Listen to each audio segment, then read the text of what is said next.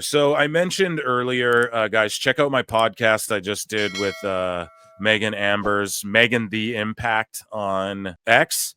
And we talked about, and she brought it to my attention, and this was recorded before all of the mass releases. I don't want to mass release. I guess, yeah, it was like 10 people or however many people got released from WWE. But she brought up like Duke Hudson was released a month ago. No one's talking about that. And I was like, holy, I didn't even realize that.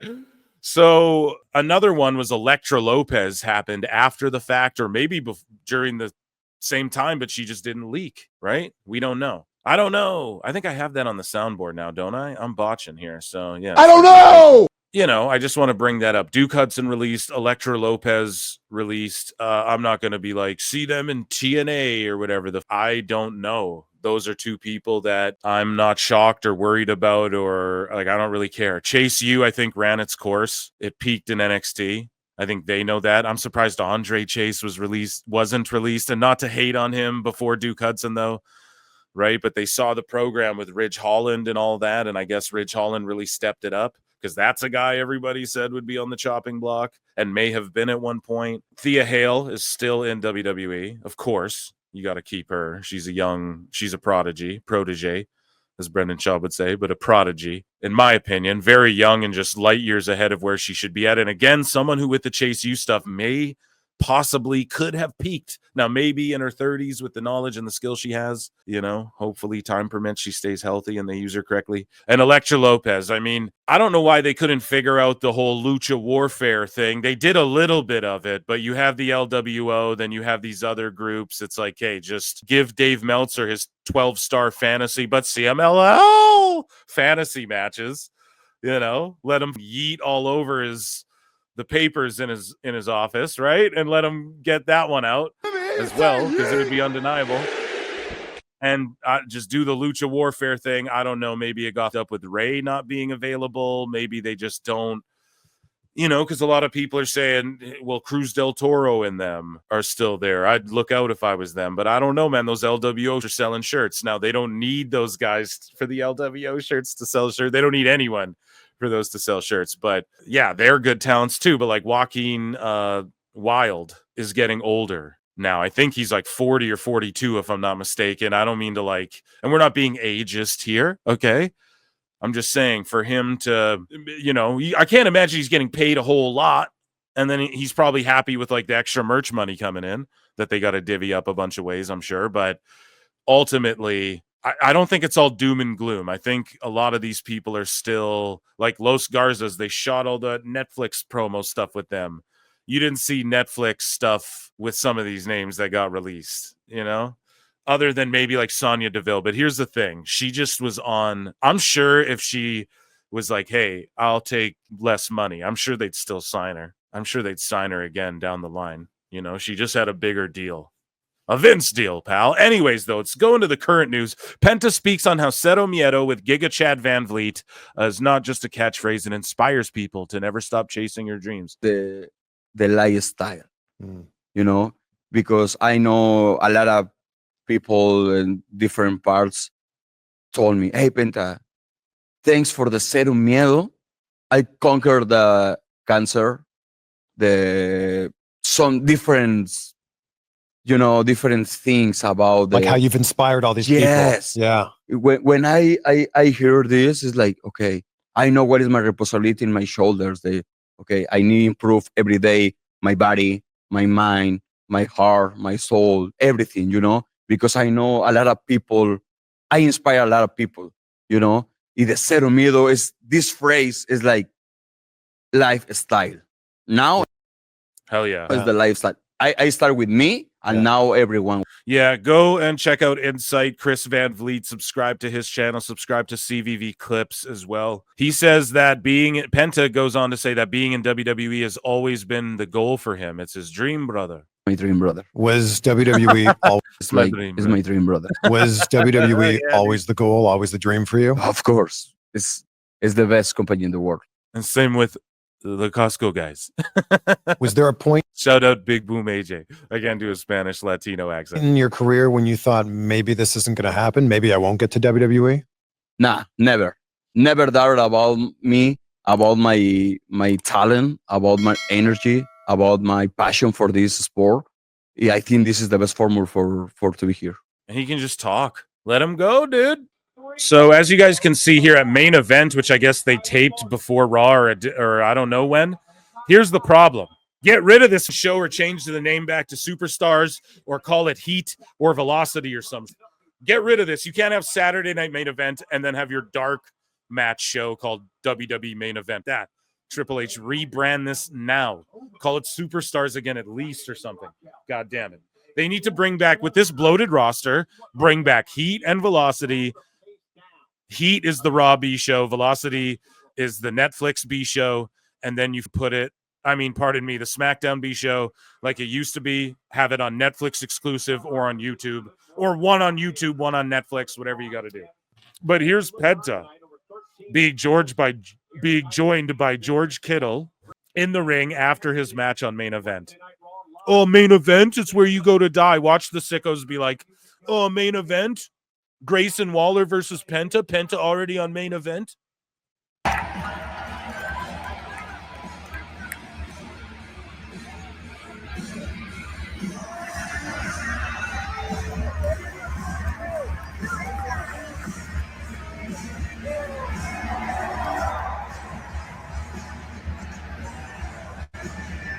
Hell yeah. He never did this in AEW, I don't think. Did he?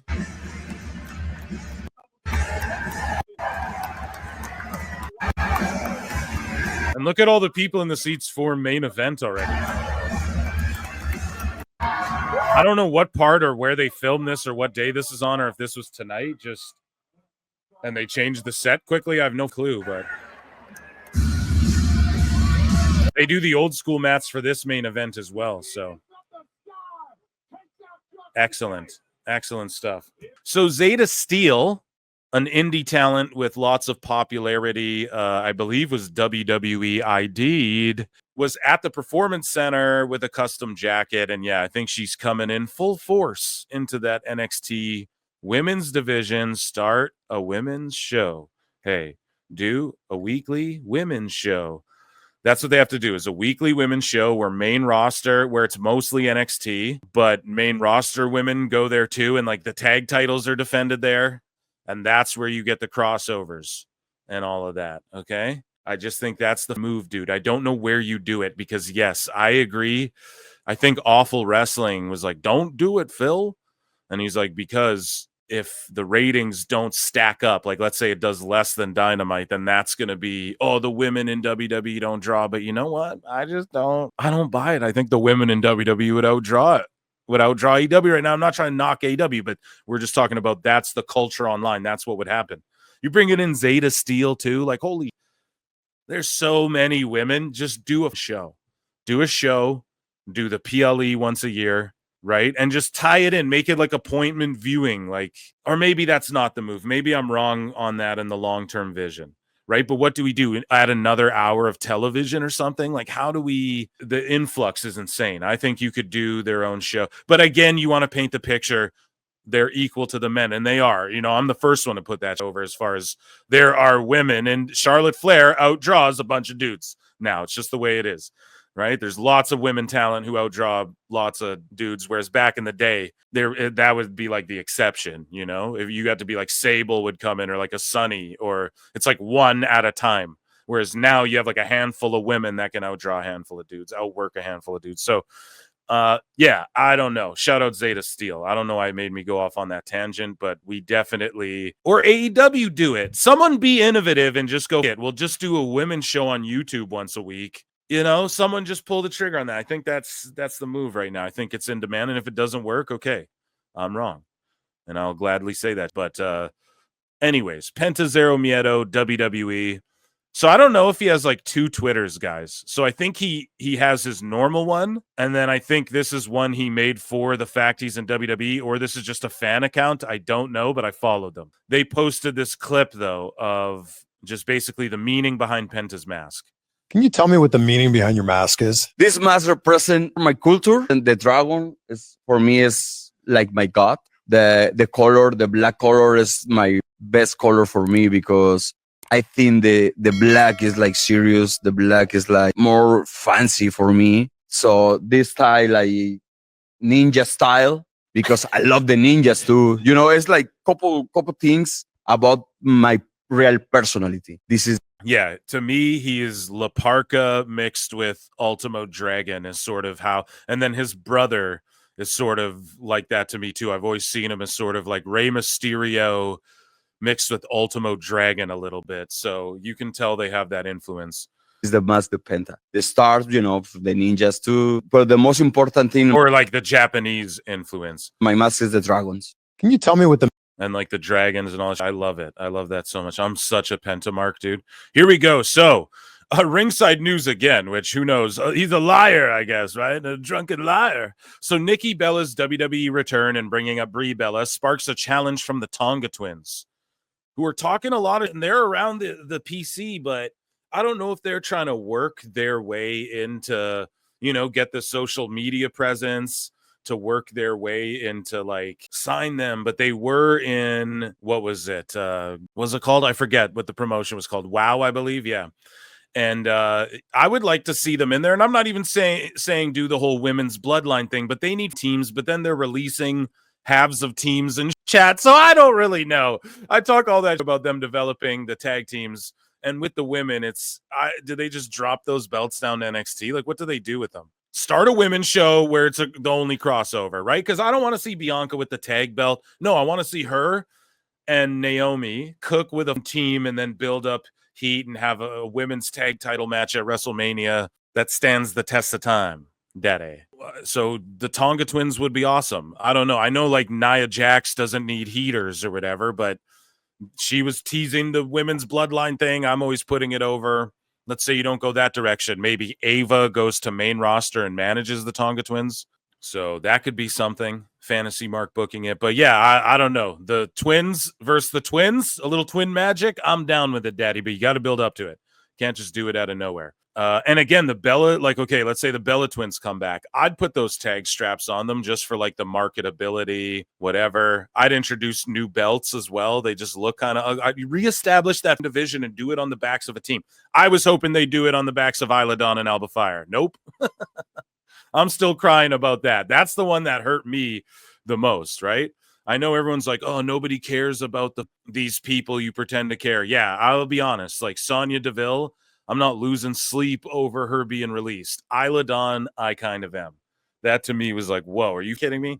Anyways, though, looks like it wasn't, this is via WrestleLamia. This wasn't wrestlers who were released by WWE recently. There were other people backstage as well. So this is from a verified user somewhere. This could just be made up. This could be Grok writing this for all we know. But WWE released Me Too.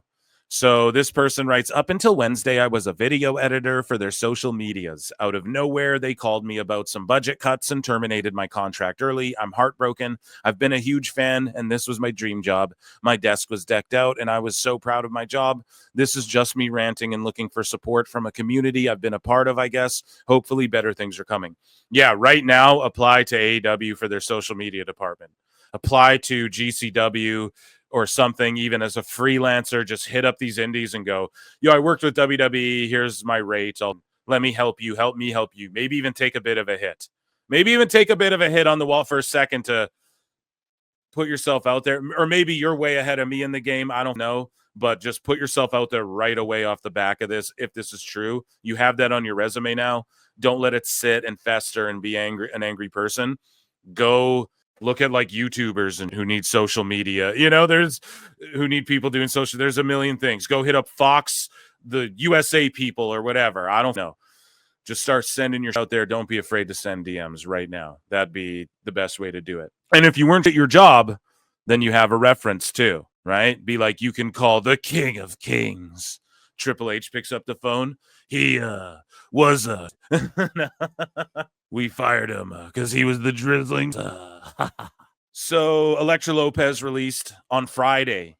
Yeah, so just kept her chicken lips closed, I guess, right? I don't know why she has chicken lips. No, she doesn't. But ultimately, they moved Zelina to SmackDown and then we're like, Elektra, peace out.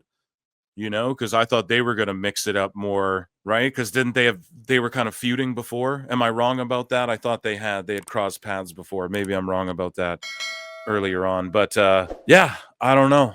Unfortunate. She has a great look, but her in-ring work isn't like blowing you away. You have Jordynne Grace coming in. And so Ringside News again, they go, would you give up millions for a shot at WWE? Well, it wasn't millions. Jordynne Grace took a pay cut to sign with WWE. Now, while this is true, the money she's going to earn down the line, once her cup overfills, the merch sales that come in, when she goes, yeah, I'm going to do all of these road dates, or she's the newbie. So she's going to be, I know they cut back on the road, but she's like, no, I'm going to be on all these house shows. And she sees that check come in. Yeah, it's going to be all good. And the pay cut is like, what's her upfront guaranteed overall? But down the line in the history books, if she gets a deal with like Wheatley, so good, I drink it neatly. That jingle stuck in my head. But let's say one of these brands they're affiliated with, let's say Jordynne Grace goes in Fortnite or gets so popular she main events WrestleMania or goes on the Tonight Show or does something with Netflix and a movie somewhere, right? Which is happening more and more. Becky Lynch is in Happy Gilmore 2. Why? Because Sandler's a fan of WWE, okay? And it's probably like, okay, Becky's getting in act. All right. Come do this movie, whatever. There's just going to, and he has a deal with Netflix, by the way. That's why I bring up Sandler as well, right? So none of his movies go to the theaters anymore. They just give him like 70 million a year, probably more now. And then he owes them like 2 movies a year, 1 movie a year. Probably not even that. It's because it gets viewed so much, right? I know these were like Hubie Halloween. That's stupid. It gets so much views that Netflix just shills him money. That's the way to do it. You know, it's the box office has changed. And then if those movies do good enough and he goes, oh, I'll take it on a box office run, then he does that as well. Right. I've explained this before, but anyways, not to make it all about Netflix, but Jordynne Grace, like the opportunities are on a whole other level now. And down the line, she's going to make way more money and have a Legends deal down the line, a Hall of Fame induction, all of that sort of stuff. We already know, like, this woman isn't going to become champ 10 times over, you know? So that's all coming down the pipeline. So yeah, pay cut of upfront guaranteed money. And of what? Did TNA even offer her anything? Or is it what she was making before? But now she has access to the PC full-time, the best doctors in the world, everything like that. So I like Ringside News trying to put their spin on it, you know? It's all about the game and how you play it. But I like it because, yes, the millions and millions, even though it's not millions, because I don't think anyone was giving her millions. But would you give up $1 million for a shot at WWE, let's say? I love that question. So Shane McMahon was at the Super Bowl. Now, chat, let me know as you're hitting the poll there. What did you guys think of the Super Bowl? Were you happy? Were you pleased? I'm happy the Eagles won, but I wasn't overly invested. I watched Cero Miedo football. No, I watched zero football this year for real. I've just been so caught up in my own and wrestling, and I'm like super getting back into MMA again and like movies. And I'm like really trying to watch throwbacks and watch, because I'm starting another channel as well, Phil Marks Out, which I'll start plugging to you guys soon. And I'll show you guys where you can subscribe to that and everything, where it won't be like drops every day. It's going to be way different than the PWT, like podcasting and clips and all that. It's going to be much different. But yeah, the Super Bowl, I don't know. How do you guys feel? It was an ass whooping, right? So here's Undertaker drinking a Jack and Coke, more than likely. Shane McMahon was there. Throughout the rest of the segment, you guys will see other folk pro wrestling names, right? Tony Khan was there. Vince McMahon was there. Mercedes was there. WWE has filed to trademark the following names, however. So let's go over some of these names. Osiris Griffin. Where's my what? Because some of these are ridiculous. Hayes Jameson or James Trill London. What? That's actually a dope name. Harley Riggins. What? Summer Sorrell. What? Jax Preston. What? Mason Holiday. What? Draco Knox. What? Tate Wilder. What? Braxton Cole. What? Chantel Monroe. What? Aria Bennett. What? So do you think this is like all the NIL talent? Sorry to annoy everyone. You guys think that's like all the NIL talent names? You think they just have everyone pick a name and trademark it right away these days? So they just have something locked down and then we forget about this and then someone shows up? Or do you think these are all people being primed up to show up on TV? Like right away? Why would these get trademarked just out of nowhere? And does it typically work this way? Are these an accumulation of names that got all filed to trademark at once, like the other day? Or was this after the last 6 months and people are just noticing all the names now? I don't know. However, I don't typically remember it all happening at once like this, where it's like, here's 10 names we got. Moving along here, this is what friends are for. So just a hilarious roast between The Miz and Nick Nemeth. So The Miz goes, every year, the road to WrestleMania starts a whole new fitness regimen. I start at the beginning of January. This year, my start weight was 217 pounds, 17.3% body fat. Let's see what we can do for April. Nick Nemeth responds and goes, I'm more of a person that dedicates the entire year to my fitness and being the best I possibly can at my job. But this is cool too. Congrats, man. Now I'm going to be that Mark and go have a match, The Miz versus Nemeth, where Miz does a job at a TNA pay-per-view. Let's go, chat. And we'll give that a yeet. Because Uso's over making his way out here. People are going insane. Speaking of going insane, so Chad Gable could possibly, now again, this is ringside news, could be a lie, but Chad Gable could be heading to AAA amid WWE leave of absence. So he might be going to Mexico, and who knows, maybe he just wants to scratch that off his bucket list. But he could legit, everyone's like, oh, him going to Malachi Black's dojo. Who knows, maybe he goes and has a match against Malachi Black in AAA or some dumb, and then who knows, maybe that's over fantasy Mark booking it, right? All X-Files it. But Michael Cole just said, when I was younger I could yeet all night long.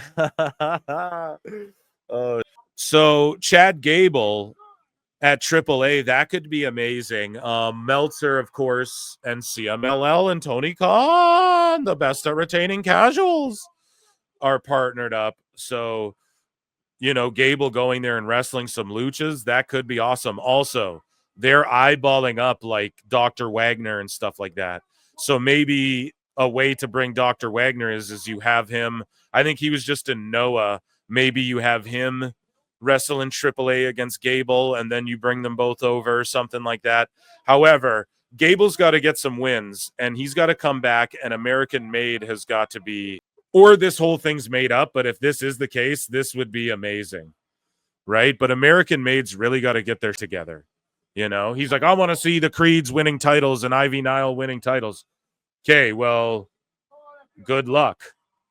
You guys look like jobbers so far. Unlike Jay, but hey, I didn't believe in this. Look at Jey Uso from the tippy top of the rafters of the roof of the building all the way to the ground and the staff working in the building. Everyone's yeeting. So I'm not saying Gable and them can't get it together, but this has got to be the start of that. They got to stop losing matches. Nikki Bella is getting ready for her full-time return in ring. Here's a little clip of her doing her thing. And I'm a poet and did not know it. Move. Duck. Duck. Double leg. One. Yes. Pull her up. Boom. Roll back. Yes, Nicole. Yes, Nicole. Somebody, who is that she's training with? Can somebody, is that Amazing Red or someone like that? I think that's Amazing Red. No, am I wrong? Yes, pull her up. Boom. Roll back. Yes, Nicole. Yeah, I don't know. That's awesome. She's looking good. I know they're just going through the motions, but she's taking it serious, and that itch is back, and that's all you can ask for. You don't want it to be some lazy comeback, And they chant one more time for the yeet, of course. Undertaker, this is our last part of news here for WWE News, tells a story about Roddy Piper telling him to hold Vince up on 6 feet under. Dude, Piper was even saying, let's hold him up. I remember I was just getting hot. I was like the Undertaker thing was really starting to take off. I tell you exactly where it was at. It was in the hotel, the Marriott Hotel in San Antonio, Texas. Okay. And he was letting me know, he's like, you need to make your play right now. He goes, you're the hottest thing in the company right now. You need to hold Vince up for money. And I'm like, I'm thinking to myself, like, dude, I'm still in debt from getting in this business. I'm just happy I got a paycheck coming in at this point. Yeah. And he goes, no, I'm telling you right now. He says, right now, you get anything you want. He said, you're the hottest thing in the company. And I'm like, and I forgot to leave one important part out, that there was probably some white substance involved in his. He just says he's doing cocaine. And yeah, Gunther snapped, laying the chops in. Great beatdown angle, tremendous heat on Gunther, just like that. When people are like, oh, same with Gunther, interrupts the hottest entrance and intro to Netflix ever. And that's how you do it. Vince Russo's like, bro, I don't want to see another Jey Uso entrance, bro. And then boom, Gunther just whoops his ass during the one more time. Because Jay's so over now, not only is his entrance 12 minutes, but then the people go, we want it again one more time. And now his entrance is 2 entrances, like around, dude. Is thinking, and we're stuck on an elevator. You're stuck on an elevator. Just you and Just him. me and him. So I can't, there's nowhere I can go. There's no escape. And it's Roddy Piper. And I'm, again, still a greenhorn. He's telling me. And he's in an uncomfortable space. My space. He's close. He's very close. Yeah. Because he's really. So, yeah, I don't know. They were coked up on an elevator, and Roddy Piper was telling Taker to hold Vince hostage. That was WWE News. Round of applause for WWE News and this beatdown angle from Gunther, which I'll leave in the clip, folks, because it was spectacular.